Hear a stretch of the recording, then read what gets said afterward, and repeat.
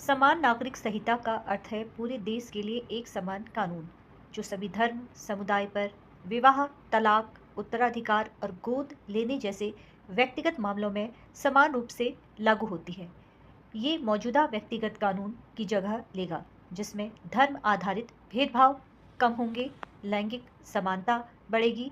भारतीय संविधान का अनुच्छेद 44 राज्य के नीति निर्देश सिद्धांतों के तहत ये निर्देश देता है कि राज्य भारत के पूरे क्षेत्र में नागरिकों के लिए एक समान नागरिक संहिता सुनिश्चित करने का प्रयास करेगा।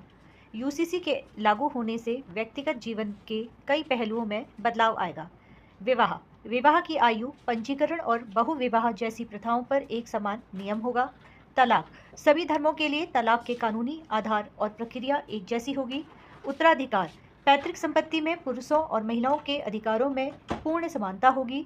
गोद लेने की प्रक्रिया को सरल और सर्वव्यापी बनाना, जिससे किसी भी धर्म का व्यक्तिगत कानून रूप से बच्चा गोद ले सकेगा। उत्तराखंड द्वारा इसे कानून के रूप में पारित करने के बाद अब गुजरात इस पथ पर चल पड़ा है और वो दूसरा प्रमुख राज्य बन गया है। ये कदम भारतीय कानूनी इतिहास में एक राष्ट्र एक कानून के विचारों को राज्य स्तर पर मजबूती प्रदान करता है। यूसीसी के सामाजिक प्रभाव बहुत महत्वपूर्ण है। महिलाओं को कानूनी सुरक्षा और बराबरी का अधिकार मिलेगा। धर्म या परंपराओं के नाम पर होने वाले भेदभाव पर लगाम लगेगा।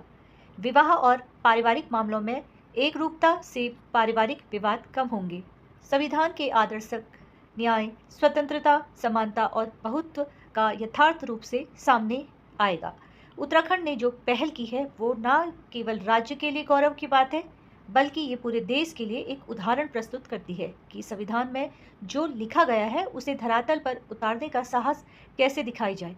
ये फैसला दर्शाता है कि अगर राजनीति और इच्छा शक्ति मजबूत हो तो जन समर्थन साथ हो तो दर्शकों के लंबित संवैधानिक संकल्पों को भी सकारात्मक पहल के साथ आगे बढ़ाया जा सकता है। इसी तरीके से मेरे चैनल से जुड़ते रहिए।